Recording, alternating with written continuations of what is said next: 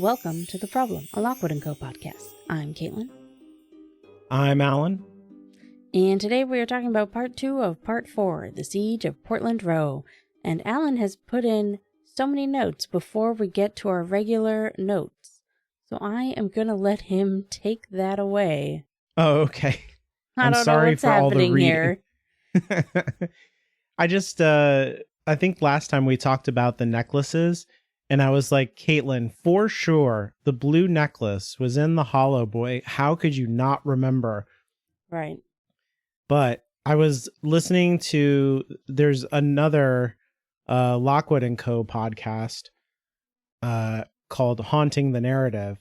Mm-hmm. And they were talking. I like that name. Yeah, it's a good name. I definitely already knew it, but I don't know. It just struck me when you said it out loud that I was like, oh, that's good.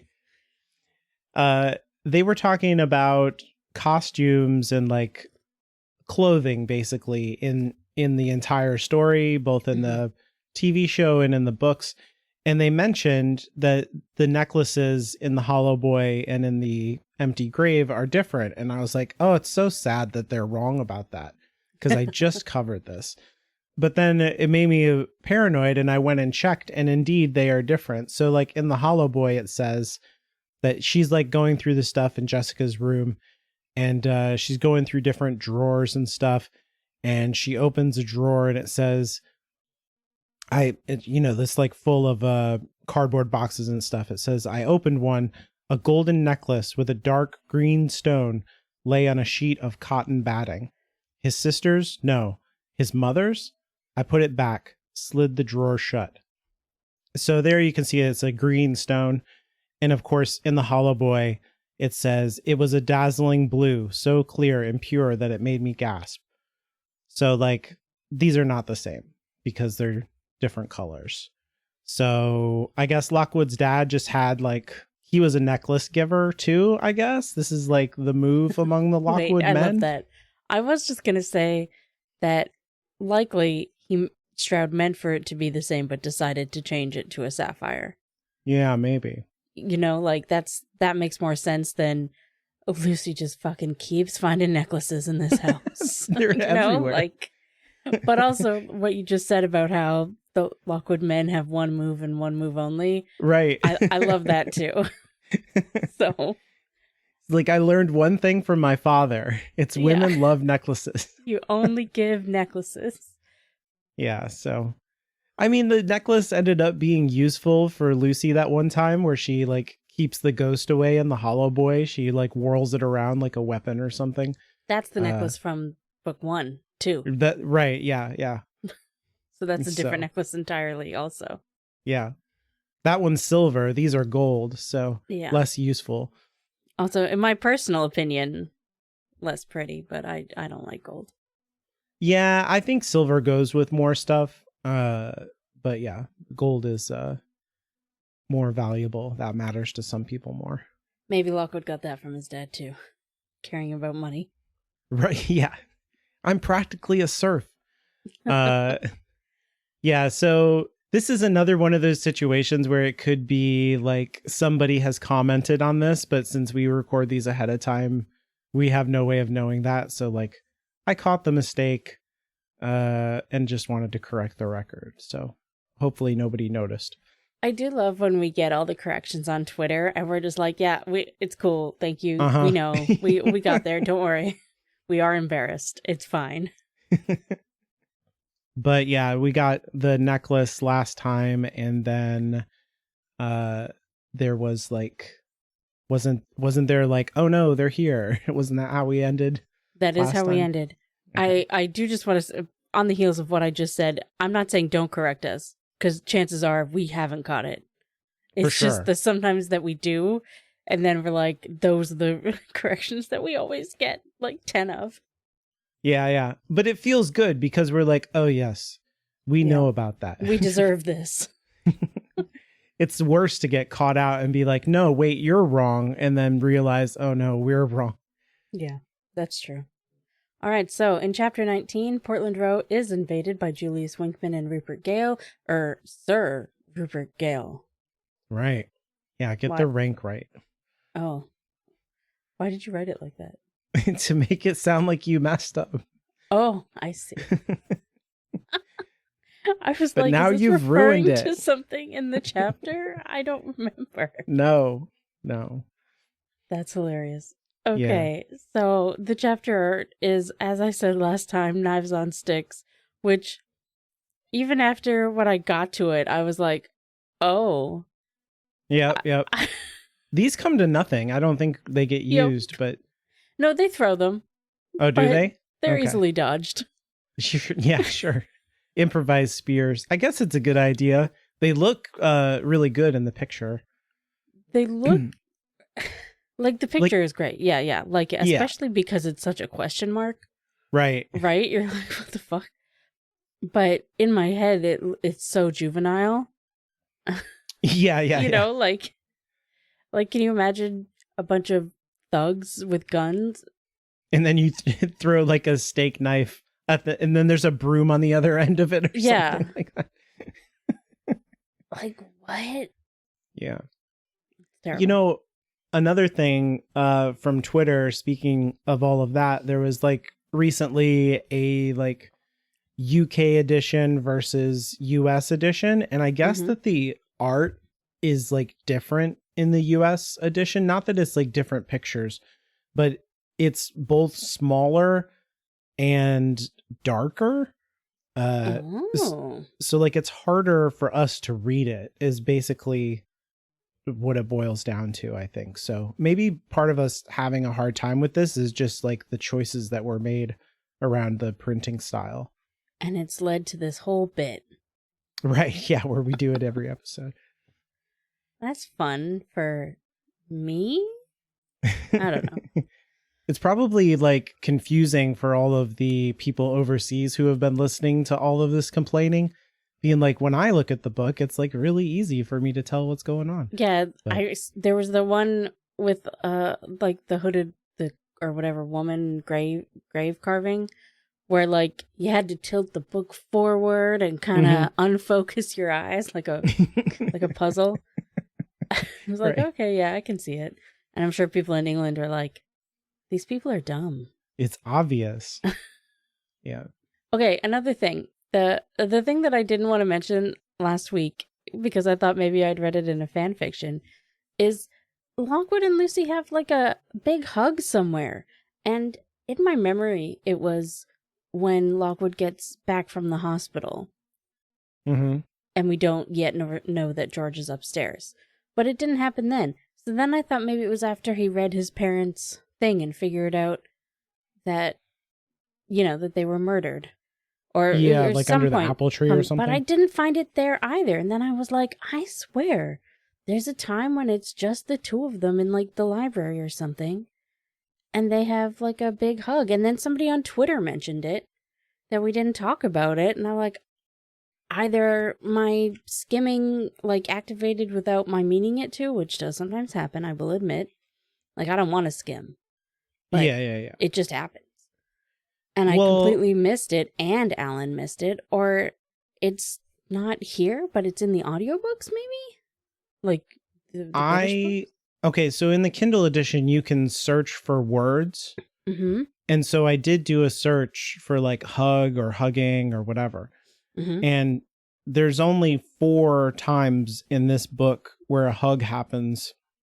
And the only hug that we've seen is Lucy and Holly hug each other after the news about George. Like Lockwood goes away. Right, yeah. Yeah, and they hold each other and kind of stare off into nothing. And then the next instances of hugging only happen later. They're like with Kip's when they discover his injury, and then there is one, I think it's later with Lockwood, but it hasn't happened yet. So I don't know what they're talking about because I couldn't find it either. So maybe it is only in the English edition. Yeah, maybe.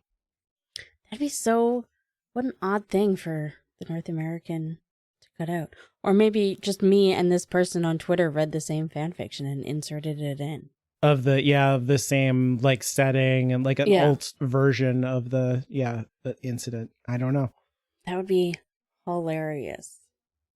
I know that Jonathan Stroud has talked about his original idea for that. There was like, they weren't going to be in the garden. They went somewhere else.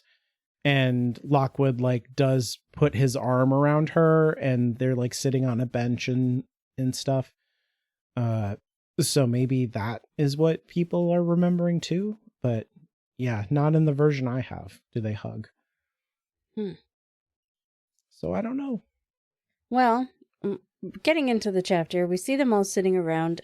They say that they've seen some of Winkman's men come out of Arif's, I think, down the street, and that they're getting ready, which means that, like, at the end of last chapter, Kip's made it seem like they were on the doorstep. Yeah, it was like, yeah, a good like cut to commercial cliffhanger kind of thing, but then it just amounts to them standing guard. I do feel like he could have given Lockwood 5 more minutes there, you know? Do you think that was on purpose? He's like, he's about to make his move now and ruined it. Like, the serious answer is no. I don't think so, because they're all about to die, probably, you know? Yeah. So I think Kip's would have given him the time. But it is funnier if you see Kip's being like, ho, not on my watch, children. Right, yeah. You know, like, I'm here as chaperone. You guys gotta That's leave room for Jesus or whatever. Yeah. And we're on the ground floor and the windows go low. You could just break them and then you don't even have to climb. It's just lift your leg up high enough and walk on in.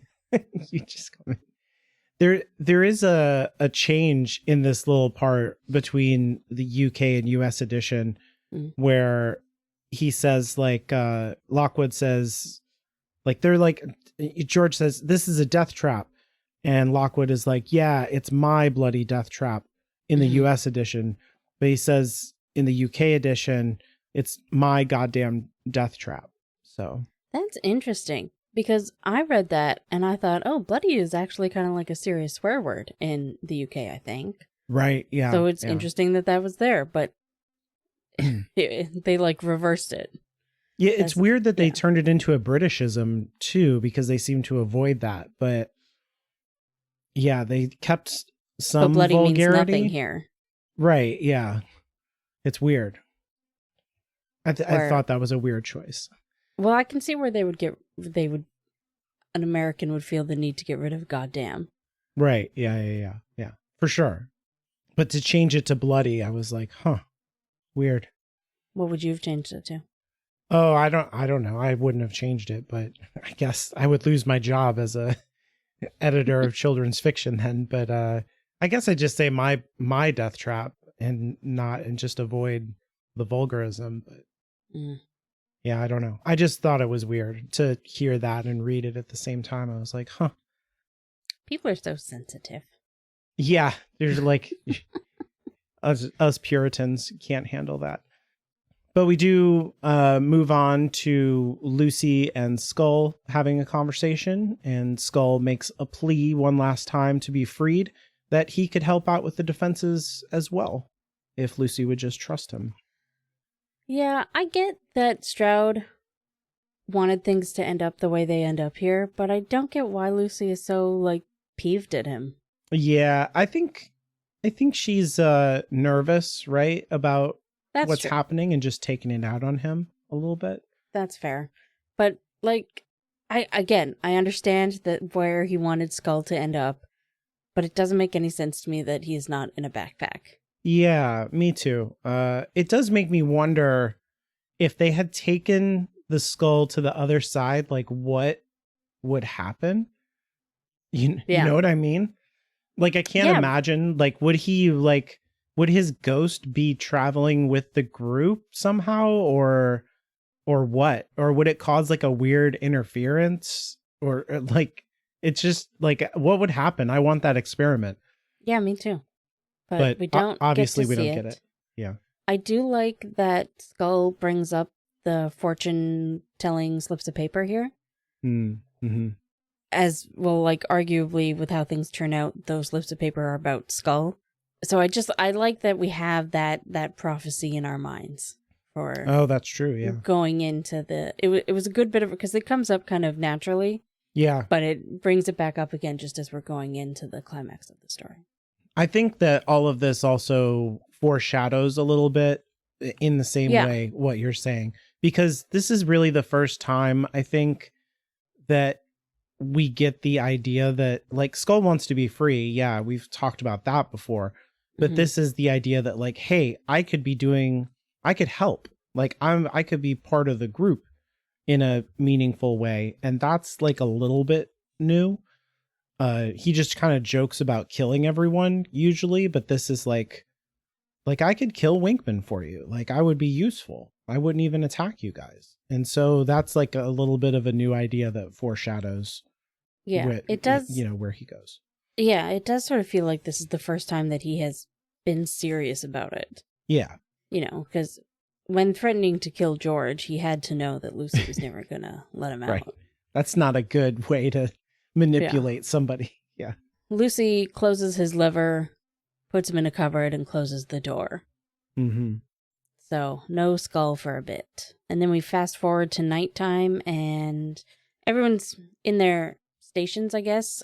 George is upstairs near Jessica's room, fashioning the makeshift spears. Right. Lockwood and Kipps are in the basement, and Lucy and Holly are in the kitchen, because that is where they think the 2 entry points are going to be. The most vulnerable, yeah. Yep. Which is, it's nice to have, again, they're like paired off with their like foil characters, kind of. Yes. Yeah. And it's nice to have this moment between Lucy and Holly. Lucy takes, it's almost like we're gonna die kind of a thing, and you get vulnerable confessions between people when you get that kind of like clarity about I might die. Yeah. So she's like, I'm sorry for the Hollow Boy, even though I've written out that book and I made you look terrible already. I shouldn't have done that. She doesn't say that, but it is the kind of feeling that you get from the conversation. Yeah. And Holly just says, don't worry about it. We've talked about it before, and I'm sure I was in utter pain also. But then she says, you shouldn't have worried. Lockwood isn't actually my type, which Lucy did not see coming and is like, I don't want to have this conversation, and gets very embarrassed. Yeah, I like that she's all, I was trying to have a connection, but not a real one. What are you talking about? Yeah. You've gone too deep now. Yeah. She says, I think this is weird. What do you think is going on here? She says, I had my eye on someone else. And then Lucy hilariously is like, good God, you don't mean George. Which is pretty funny to me. And she's like, no, there are other possibilities. And then I was like, is she flirting with Lucy? Is this like, remember back in the cafe, she was like, there's someone who missed you more than anyone, Lucy. It was me.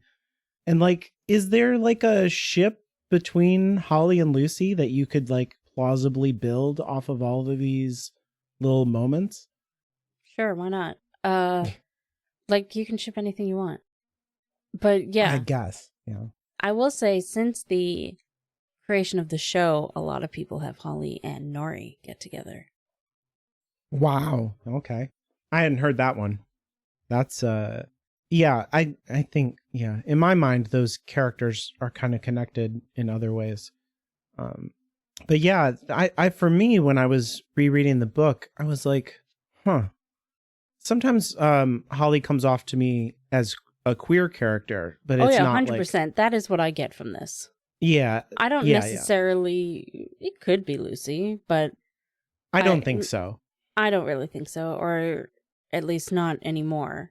But 100%, the way that she says there are other possibilities, that kind of sounds like trying to say it without saying it.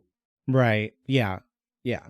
And just the line, I had my eye on someone else, that just sounds like a setup for the joke with George. Like, yeah, I think so. That's to me, it doesn't feel like she's trying to tell her something. That just sounds like Stroud wanted to make the joke. I could be wrong. Do you think that Lucy had this fear that Holly is trying to reassure her about? Like, oh, I was never competition for you. I think a lot of her insecurities came from that in a way. And I don't know, because Lucy, when we were reading The Hollow Boy, a lot of it did sort of seem not that she was necessarily afraid that Lockwood would, well, like she was definitely afraid that Lockwood would choose Holly over Lucy, not even necessarily in a romantic way, although that too, I guess, but just in a general, person that he trusts. Is Yeah. secondhand man type of way, like backup. You know what I mean? Yeah. It was definitely a fear and a lot of the driving of her insecurities there. But also, she just has a lot of insecurities around femininity in general. And Holly really did represent that. Yeah. Holly, like, kills femininity. Like, she's really good at it. Yeah. And yeah, it makes her self-conscious. I think that's more the problem that she had with Holly. But it's interesting to me that Holly might read it as, I was never a competition. You shouldn't have worried about that. Like, she kind of doesn't understand what the problem was. I think all of them read it that way. Yeah. Right? Because Lucy puts forth this image of not caring. And she works really hard at it, of not really wanting to be that feminine, of hating it, like even in her internal monologue that we get about like the sensitives, is that what they're called? Right. Yeah. The that willowy sort of thing. girls and all of that stuff. Yeah. So, but I do think it is more complicated than that. Having been a teenage girl who at the time hated femininity, it's generally because you feel like you can't perform it well enough. So you that's just sort of pretend it doesn't matter to you. Yeah, I think that's a really good point, though, that for all of them, they're reading it as, oh, she's not insecure about that because, the way she's already made her choices about how she dresses and acts, and she's got that handled. She's made that choice. And yeah, so that's really interesting. And like no 16-year-old girl's got anything handled. Right, yeah. Like I'm sure the same is true. I'm 100% sure the same is true. No 16-year-old has got their shit handled. Yeah. But I think they do all believe that everyone 100%, else does. 100%. Right. They all believe everyone else does and that they have to make everyone else think they do. Yeah. But nobody does. Yeah. Yeah, that's really good. I think you're right. Yeah, but they have this heart-to-heart talk, but it gets cut off because they see some people coming through the garden up to the back door. The deadly man trap is triggered. There's an explosion and a scream and stuff. And then they start to try to break down the door. Before we really move on to this, we have to imagine Kipps and Lockwood are having the exact same type of conversation downstairs, right? Yeah. They're having their heart-to-heart, which is probably just Lockwood saying, you couldn't have given me 5 minutes, man. Right, yeah. And Kipps is like, Lockwood, in the TV show, I'm sorry that I asked Lucy out while you were watching forlornly from the attic window. Forgotten about that. Oh, even though I look like a 30-year-old man and she's supposed to be 15. Oof. Yeah, I love that idea. That's a fic that I would read, is what are they talking about? Yeah. Anyways. I think Lucy warns Lockwood by, like, they have a system worked out where she, like, stomps on the floor in a certain way. Yeah, but almost immediately when she does that, he, like, stomps back. He whistles back or something, yeah. Yeah, so they're coming both in. like, we're screwed. Yep. And then I believe Winkman takes a page out of the Lockwood handbook and throws in a source. Yeah. Or that's downstairs, isn't it? That's downstairs. Right. Sorry. Lucy and Holly just get an axe on the door, I think, or... I think that's right. Axes kept coming up. There was a lot going on here. It all moves pretty fast. Yeah. We hear some broken glass, and then eventually Lockwood does the whistle, which means we need help. Lucy runs downstairs, they have thrown in a source, and while Lockwood and Kipps hold off the people coming in, they need somebody to find the source and deal with the ghost. Yeah. Or they're also dealing with the ghost. They need somebody to find the source. And there's also, they're breaking in at the same time. So there's like a lot going on. It's a really good like ratcheting up of tension very quickly. Yeah. Lucy gets the source eventually, but they've pretty much broken through the door. Quill runs upstairs to help Holly. Lucy and Lockwood hide in the room with Esmeralda and the other one. Oh, yeah. Right. The straw dummies that they practice on. Yeah. Who is the other one? He has a name. He does. I can't think of it. I want to say Joe, but I don't think that's right. It might be. I think that's right. Anyways, one of Wickman's men come in and they have like a trap set with a exploding thing that's in Esmeralda. Yeah, we talked about Home Alone last time. This is this is like the end of Home Alone where all the traps go off. The iron in the face and all that stuff. Yeah. Yeah. Man, it's much more deadly though. Well, have you watched Home Alone as an adult? Oh yeah, like every year with they love that movie at Christmas time. Yeah. I still have a great time, but I'm like, you would be dead. These two adult men would be dead. It's so good. Or at least like seriously in the hospital. Very injured. It's so so crazy. The screw through the foot? Yeah. All of the glass ornaments that he then steps on after that. Yeah. It's crazy. The amount of times that they are both just intensely knocked on the head, the concussions that they have. Oh my God. In the second building, I think they both get like a brick to the head from 3 stories up. It's like, that would just kill you. You would just die. Yeah, those movies are crazy. I really enjoy that kind of slapstick violence though. I don't know what that says about me. I was raised on the Three Stooges, so that's like my defense, but they're very funny to me. I still enjoy it, but a part of me can't turn that off, which, by the way, if you ever want to listen to the certain year Christmas episodes of the Sawbones podcast, the doctor in that goes through the amount of ways that those two would be injured. Oh, that's cool. Yeah, that's fun. It's a lot of fun. Sawbones is probably my favorite podcast ever, which is great because I don't have medical anxiety or anything. You're right. Yeah.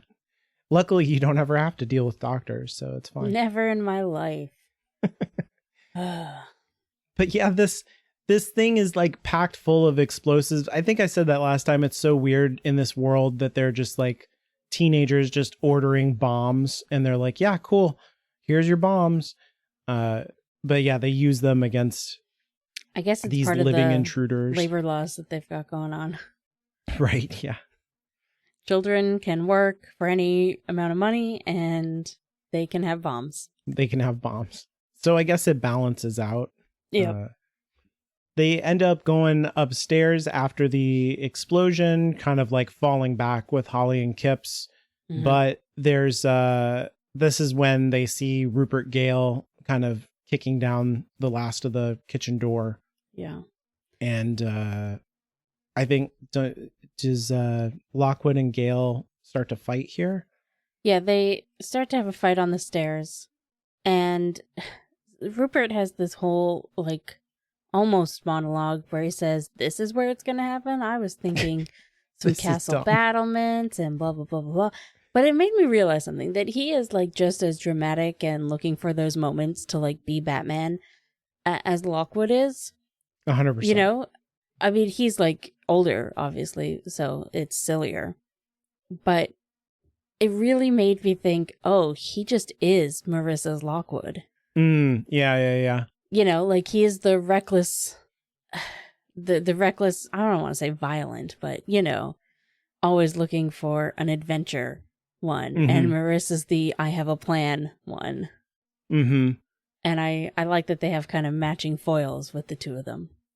Yeah, I think that's on purpose. That's really well observed. Yeah. That they're, he wants you to start to compare these characters, and it's part of the reason why these two have to fight each other, right? And that, because they're so similar.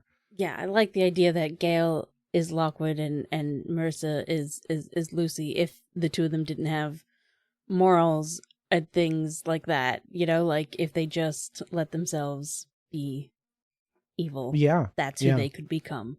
And they're adults compared to their children, right? So it's... Yep. It also gives me this weird feeling of like Captain Hook versus Peter Pan, this whole fight. And the drama that Gale has. I don't know if that's because I kept calling him a pirate in the show, though. That might be like an internal bias. Well, there is something about that. But Hook, personally, for me, Hook is a much more sympathetic character in the way that he approaches wanting that drama. Because for him, he's just bored and wants the adventure. You know, he wants to rediscover that childhood glee that he took in everything, or that presumably he did. And he has a hatred of childhood because of that, because it's like gone from him. Yeah. But like, what I am famously dislike the story of Peter Pan. I hate the idolization of childhood. Yeah. But I do really like the character of Captain Hook because he seems so... I don't know, there's something about his, you know, death is the only adventure. There's something interesting there. Anyways, this is not a Peter Pan podcast. No, and it never will be. Exactly. But it was just like a feeling that I got while they were fighting on the stairs. No, I get it exactly. It does kind of, with the whole death and never growing up thing, and it does fit. Yeah, there's something here. Also a very English story. Yeah. I think that Stroud's in line with what you're saying, though, because this is not a romantic portrayal of childhood. If anything, it's like against that whole thing. Yeah. So it feels better to me, to the way that childhood is portrayed in these stories.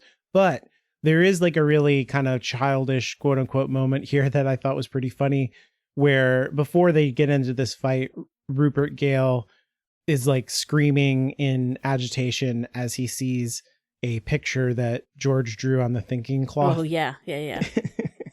and George says, it looks like Sir Rupert just found the little cartoon of him I drew on the kitchen table. Well, when I say little, I mean filling the entire thinking cloth. It's amazing how perfectly that cloth accommodates a picture of a man bending over. So we don't know what this said or depicted, but I think that makes it funnier. It's a really good comedy beat here. I like this because a kid could read that and think, oh, maybe he's farting, or, you know, whatever something stupid you want like that. But an adult could read that and think, oh, like, George, you're something really disturbing. Yeah, there's something sexual or like weird. Yeah. It's good. It's perfect. It's a really good job. It works on a lot of levels there. Yeah. And George is like back as the comedy relief character, but it's not at his expense, which is also fun. Yes, great. Although Holly and Lucy had that moment, but sure. Yeah. Not at George's expense. Yeah. That's true. They did. But I do enjoy that everyone's been giving him a break when he's on death's door. It's the only way he can do it, is to almost die. But anyways, eventually everything, they're all retreated upstairs. They've thrown their spears, which did nothing. And so eventually Lockwood is like, well, that settles it. We've got to go through. And as readers and you know, humans who understand how stories work, we already knew that. Yeah. This is, I like all of the symbolism and stuff of, and I think I've basically talked about this before, of how like the trauma of Jessica's death has now like become a place of safety. How they're like having to die in order to live. I don't know. There's like a lot going on here that I think takes a lot of themes from all the other books and ties them in a way together that feels really satisfying and inevitable, but like also helps the characters to evolve and make their final changes that they're going to have in this novel. It's just really well done, I think, to have everything kind of climax here, that as the house is destroyed and their lives are threatened, they pass over to the other side and find safety through this whole thing. It's really elegant. Yeah. And I feel like I have something to say, but I can't quite wrap my words around it, you know, like it's just, I'm glad we ended here. Like, I'm glad we really get to delve into what's happening on the other side. Yeah, that's true too. That we got that glimpse in the previous book, but we really get to go on a longer journey here. We're not going to do that this time, but yeah, it'll be next week. But like really see what is causing the problem, the way that it is in London right now. Like I feel like there's a version of these stories that could be told where it's all kind of left up in the air, or it is just these like chain doorways that are causing the issue. Avoiding using the word problem here is actually difficult. Yeah. But we actually like even go a step further. I like that. Yeah, it's really good. And it feels like he had all of that worked out maybe from the beginning too, which is satisfying. Yeah. Like, and I also like that we learned that it's not just an off button. Like they can't just destroy these gateways. Mm-hmm. Also trying to avoid that word, but that will fix everything. There's more going on, and it's not a simple fix. Yeah, that's actually really good. Yeah, Marissa really fucked it all up. Yep, but they do go through, and then in chapter 20, Lockwood and co. escape to the other side, but realize they are trapped. Just a very like natural read. I could have been on the news, you know, like it just feels like I'm having a conversation when I read things. It did. You could feel that you added a question mark at the end, you know? Chapter 20, or no, the art for this is just the chain disappearing into the other side, which is really good. It is, yeah. Creepy ghost hands everywhere. Yeah, it's good. Oh yeah, hands. That just looked like darkness, you know, kind of. There's like faces. Yeah, it's pretty creepy. Faces? A little bit. I don't see faces. I can see the like arms and hands now. I don't see faces. I'm sure somebody in England is going to say like, what do you mean? It's right there. It's like the whole of this piece of art is the whole page. That stupid voice. It does not even have an English accent. I know. Well, I wasn't going to do that. Yeah, so she talks a little bit about how good the portal is and everything. Yeah. And what it looks like and all of that. And then they try to like decide a like order for the party to go through, but then they end up throwing that out. And it's just basically women and injured first. So like Holly and George go through, and then Kipps is going to be next. But Rupert breaks down the door, and it's like a savage sword fight. Kipps throws himself at Rupert Gale, and it's like a chicken attacking a grown man. And they exchange blows. Kipps seems to get injured, and then they retreat across the portal. And chapter over. Yeah. I guess nothing to talk about. One thing I hate, we had that scene earlier where Lockwood handed out the cloaks to everyone just to make sure that they all had them ready. And then they're all just sitting in their room. Why wouldn't they have already had them on? Yeah. Why? What if you had to? It's George's like, so the way that I attached the steak knives, it was like this. At first, it was like, what are you doing? Just put on the cape. Why did they not all already have... I can understand Kipps being like, you know what? I'll put mine on last thing. That's fine. But the rest of them, why not just have them on already? What is happening? Whatever. I do like that, like, Kipps saves Lucy and Lockwood's lives here, it seems to be, but still gets no dignity in the prose, you know, like the narration, when she's like, he looked like a vengeful chicken. Just like... Look, I love a chicken. They are a very noble creature and adorable. So I think this is very noble of him. I guess she's like, maybe it was the sheer weirdness that contributed to Rupert Gale's shock, the bulging goggles, the bird of paradise. He's just like, what is happening to me? And so Kipps is able to get through his defenses a little bit. I just think that's pretty funny. I had like a world building nitpick. We've talked about this many times, that like when they break through the door, all of the thugs have like panic on their faces and they hesitate when they see the gate. Oh, right, yeah. I'm like, what are they seeing? Can they see this? Is it, like, is it so powerful that anybody can see it, or it just seems to me like they should be able to? That at the very least that the chain sort of disappears into nothing. Yeah, that would be weird. Yeah, and see like a miasma type of situation. That's true. That there would be like cold air pouring into the room, so at least there would be like, it would look weird. I guess there would be like fog, like you keep the refrigerator door open in the summertime, kind of a thing. I don't know. Yeah. I can't believe I just used the word miasma. I hate that word. Yeah, good. It's a good eldritch word you used. Yeah. Well, the thing is, when I was young, obviously, we read Lord of the Flies in school. Oh, yeah.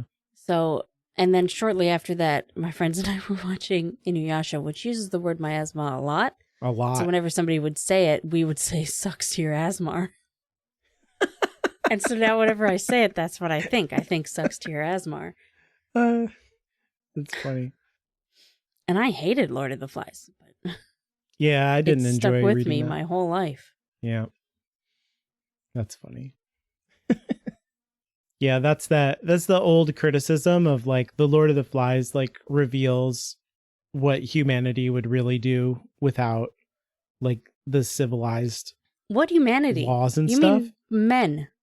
Right. There were no and what it in that actually book. reveals is what English schoolboys would do in the absence of authority. That's what that book's really about. And nobody needed to be told that. Right. It was like very obvious to all of us, actually. Anyways, back to the book at hand.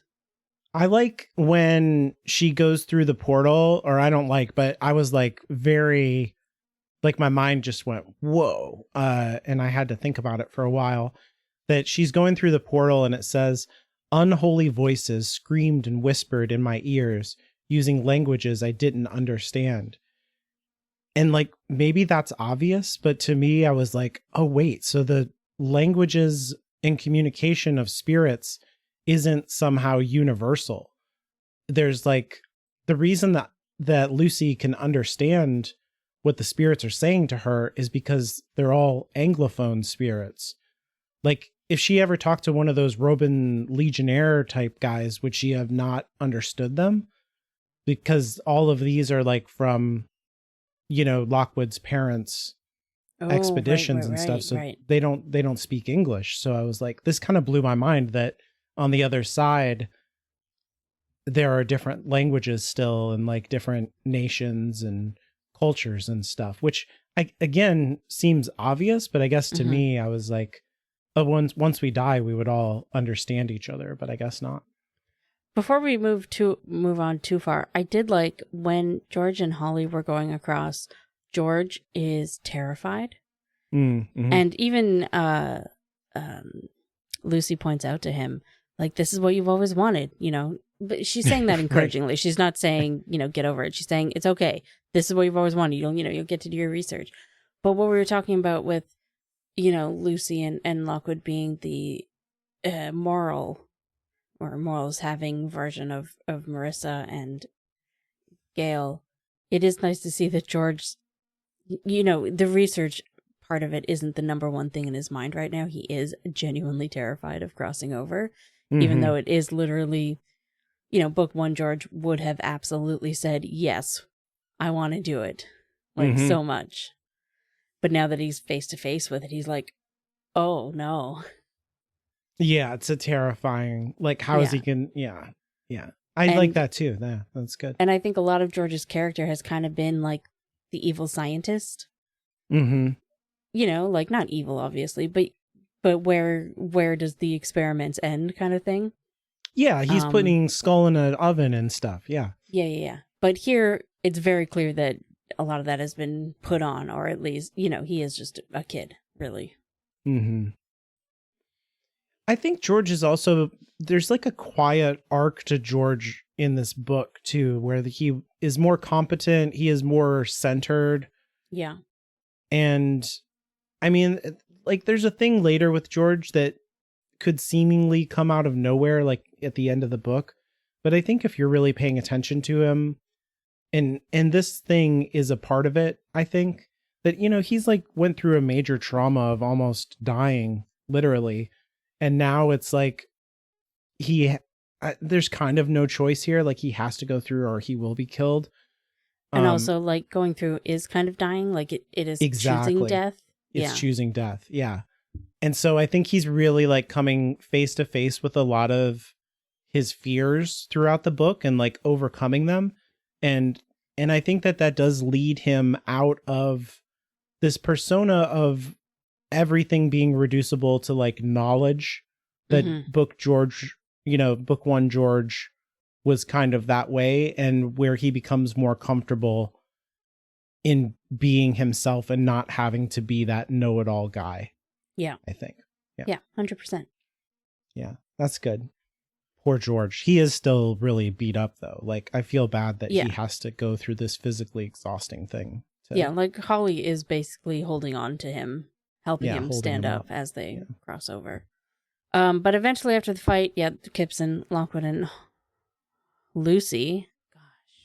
I almost have done that 3 times now. I will never forgive Jonathan Stroud for Holly and Lucy. Cross over and go and find George and Lucy. Fuck me. George and Holly. Perfect. Who I think were just standing in like a corner of the room.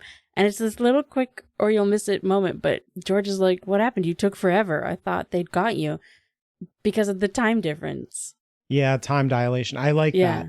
I like that. And like nobody really talks about it because they think, oh, it just took us a minute to fight them off. Right. And it probably seemed like a long time, but it actually probably was a lot longer for George and Holly. And it's just a reminder really that there's like time shenanigans because later that will be significant. And usually it's the other way around, but there's not like I don't think there's a hard rule about it. Yeah. Or there is, but like maybe there is, but like we don't understand it at all and never come to a theory of time. Yes, as far as the books are concerned, there is not a hard rule about it. Yeah. And then there's a quick conversation where I think it's Lucy who says to Kipps, I thought Gale caught you there at the end. But Kipps just says he did, but it's okay. There's a bit of pain, but it's not a problem. I feel fine. Yeah, and Lockwood's like, hey, we can't look at it because like if you try to get undressed in here, it'll kill you. So like we got to stay wrapped up. Don't worry about that right now. You say that like he's being an idiot, but Lockwood did have to watch Lucy's cape being torn off of her. And no. 100%. He's right. Yeah. Yeah. Yeah. So I think he's probably got a little bit of worry about that. Yeah. I think he's totally right. And it's like a plausible, I think this is all really well crafted as far as Kipps getting injured and how we can't do anything about it. And then where all of that goes. It's really well done up to a point. But yeah. I just like how it's just like Lockwood's like, it doesn't matter because there's nothing we can do about it. And then this bit I thought was really, really smart where they're talking about Sir Rupert showing up, kind of throwing a wrench into their plans because he knows what this gate is and he won't be scared of it. And then Lockwood kind of says, mind you, if I were him, I'd, and then he stops himself and he's like, you know what? I'm not going to say that. And that is exactly how that conversation would go. You know, like, you'd be like, maybe I don't want to manifest that. And then immediately Gale does it. The chain just drops to the floor. Yeah. And then Lockwood's like, yeah, I'd have cut the chain. Cut it so we can't get back through. This is good. Like the panic room is now a trap. Like they're stuck over here. Which was the whole point of that movie. Right. Right. Yeah. Panic rooms are bad ideas. Yeah. This is good, though. I think this works really well. I remember the first time that I read it, I was like, oh, this is like inevitable, but it feels organic. I was like, this is really well done. And the stakes are much higher. And I was like, oh, God, what are they going to do? So I really didn't know where it was going. And then the solution to this felt like really like, wow, amazing, great. So I really like all of this. Yeah. It doesn't feel contrived, I guess, is what I'm saying. Or like they're stupid for having gone over here. This just all feels like the best solution they could come up with, and then it took a sideways turn that they didn't anticipate. If anything, the only thing that feels stupid is that Gale was there. Or like the only thing that feels like Stroud is manipulating the situation, which of course is true for every single word in this book, but you know what I'm saying. Right, yeah. Because the whole point of sending Winkman was so that there wasn't a connection to Marissa. And it Gale feels going, like Gale, though. Yeah, right? No. It makes sense. But yeah, it does kind of undermine that whole thing. But it does feel like what Gale would have done. He'd be like, nobody will know I was there. It's fine. You know? Yeah. You're right, though. That, Winkman, like, washes their hands of it, and then Gale just can't let it be. He's like, I gotta kill that kid myself. Yeah. But it's been set up correctly for that, so yeah, that's fine. Anyways, as they're all sort of panicking about being trapped, about basically being dead, because they're trapped in death. Kipps is very upset. He's like, I never should have trusted you. Why did I join Lockwood & Co.? Oh my God. Yeah. Holly, Lucy tells everyone to shut up, but then Holly is the one with the idea, who's like, look, we've only got one option, and that's to find another gate, and luckily, we know where it is. I love that Holly is the one to come up with this. Yeah. It's like a reckless plan that is disrespectful of the authority of Fitz, and that is like completing an arc for Holly from how she started I don't to read where it that she way comes at now. all. Oh, no? No, I just read it as her being logical. Like, she's like, this is what we got to do. And then hit my mic with my book. Wildly gesturing. You're very upset with me. and then it's Lockwood who says, you're right, we can take him down from the inside. And Holly was probably yeah. I just meant we could get back. We could not maybe die. Sneak out. Yeah. Yeah, it's true. She doesn't have like the full-blown Trojan horse plan. But I don't know, I don't think that book 3 Holly could even think of this, I guess is what I mean. Actually, that's kind of hilarious. Can you imagine book 3 Holly? She just got hired at this, small, inconsequential agency that just takes small jobs. Right. And then this happens to her. She's like, wait, what happened? How did we end up here? Yeah. Didn't have 2 books to acclimate herself to what and how they really are. I just feel like this is like she's come a long way with having her be the one to say this. If George said it, I would be like, yeah, that's George. He's always been that way. But to have fair. Holly say it is different. I do think like book 3 Holly would have just been like, well, you've gotten us into this mess, so you get us out. Right. What do we do, Lockwood? You're the great leader. Yeah. Yeah. She would have no confidence in her ability to handle problems because that had been like beaten out of her, Yeah, exactly. Yeah. I just really like that character evolution being shown in the, in dialogue and stuff like that. But you're right. She isn't like, and then we could burn it all down. That is Lockwood. Yeah, she even says, thanks, step. Though personally, all I really want to do is get out alive. Yeah. Yeah, Kipps is still not, Kipps points out that like, hey, this isn't a town in the middle of nowhere. This is London, and it's going to be like filled with dead people. This is really dangerous. Are we going to be able to do this? And it's, it's kind of like, what choice do we have? Which is what George says. Like, he's like, well, is George going to be able to do this? And he's like, I have to. Like, what else are we going to do? Yeah, the other choice is wait there. So does Gale because does the chain make it so that they can get across? Like, why can't they just step through, or does he destroy the portal itself? Like, I'm a little confused about that. With the chain being gone, does the portal just like become inaccessible to them? I feel like with the chain, because from what I understand from the lore of the books, right. It's the chain being iron that is able to cross to create like a pathway from one side to the other. Okay. Otherwise, even though there's a gate or whatever, it's more like a window. You could go right up against it, but you couldn't get through.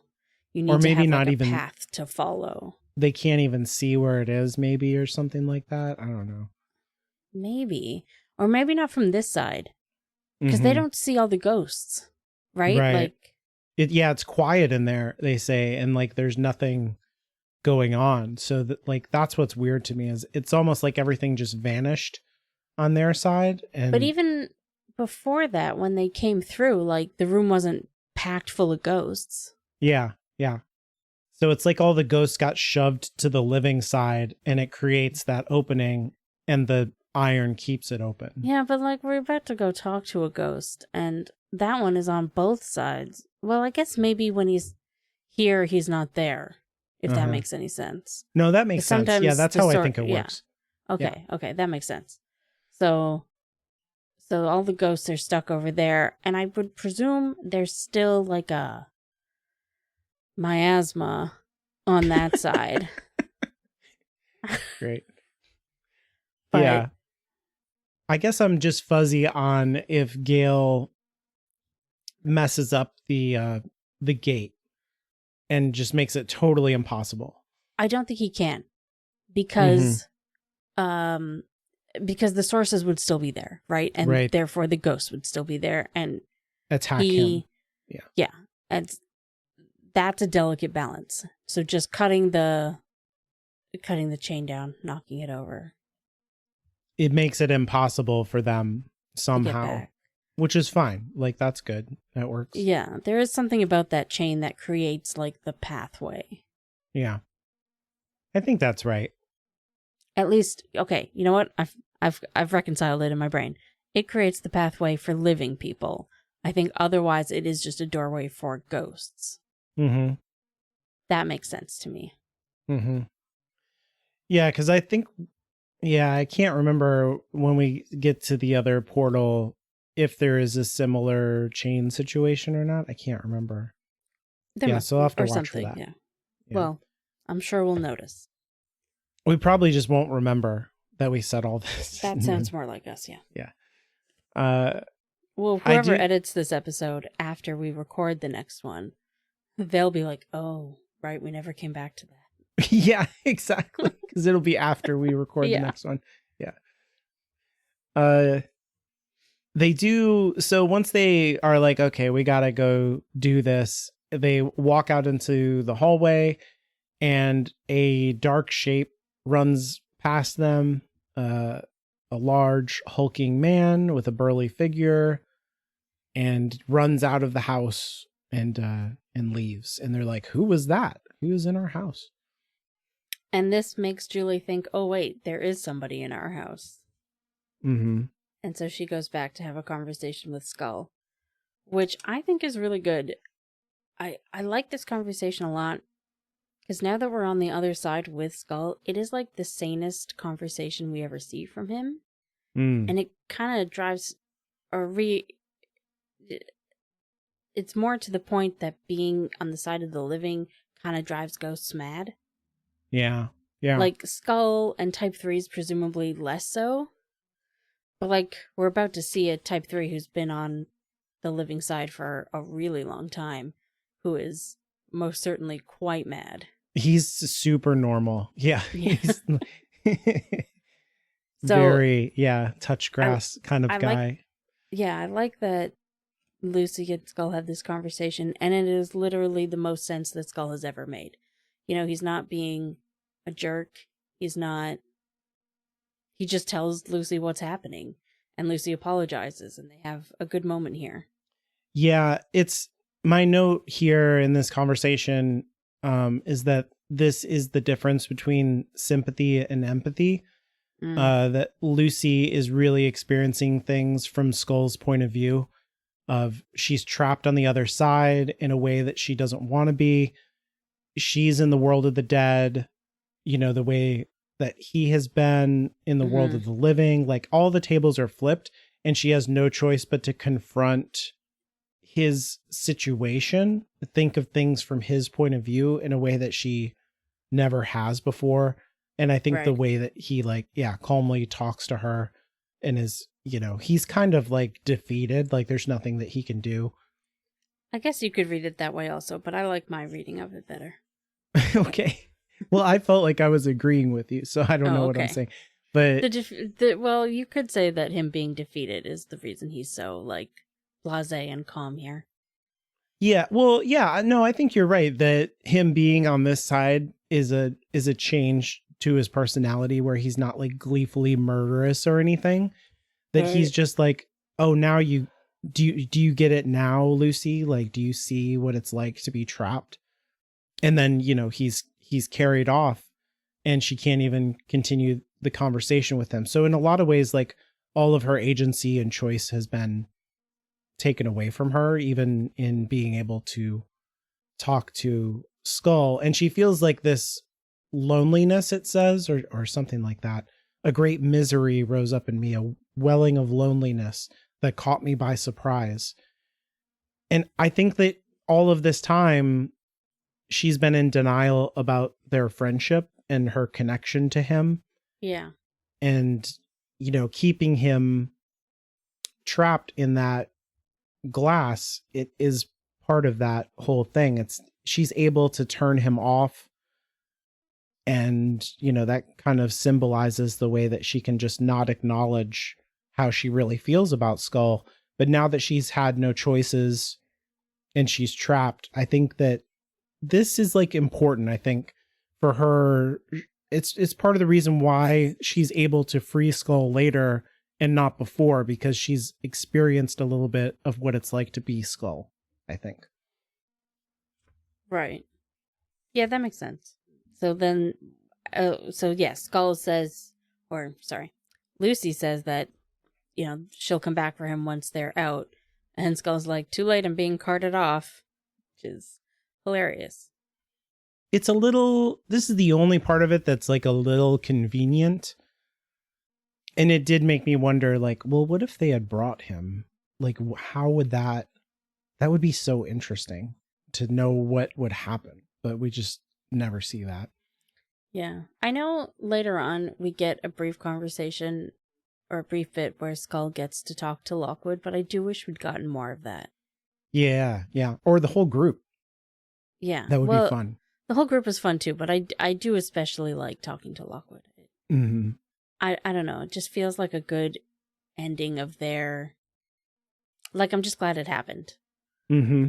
Like, him and George have always just been like a joke, kind of. Like, some of it, obviously, the torture of a ghost is kind of a serious subject matter, but Stroud never treats it that way. Right, yeah. I kind of wish they'd gotten a bit more time, but... That's true. That his resentment of George, like, makes a lot of sense in that way, but his resentment of Lockwood seems to be all about his relationship with Lucy and, like, what Lockwood represents to him and all of that, I think. And it is good that they get to talk, I think. Yeah, that's true, but also, like, Skull has been trying to get Lucy to admit that she is in love with Lockwood. Yeah.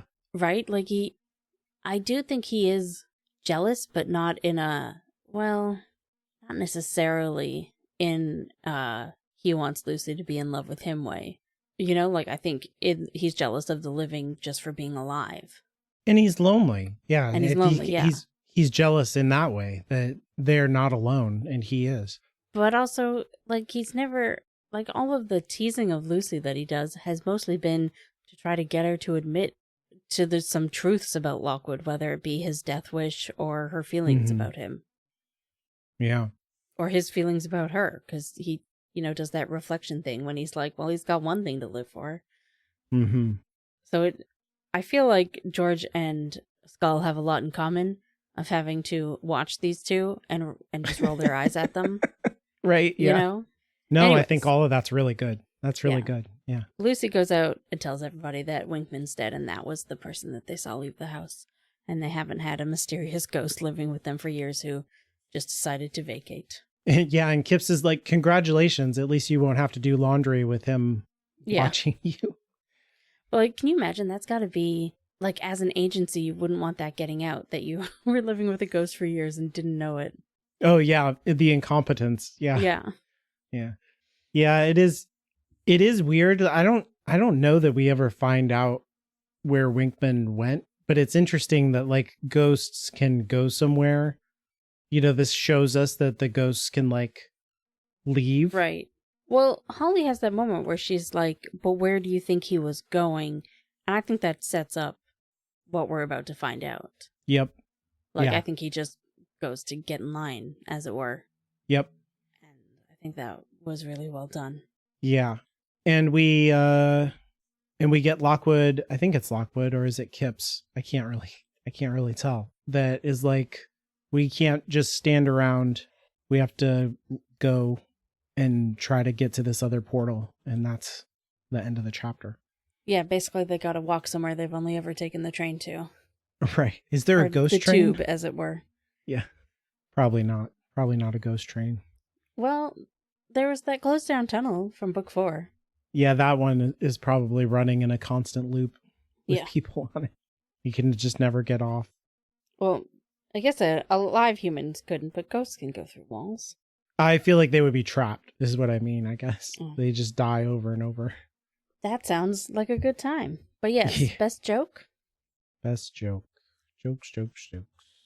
I feel like there was the first joke that I liked. Oh, I like the joke that happens really early on where he's like, this is our home. This is our safe place. Oh, yeah.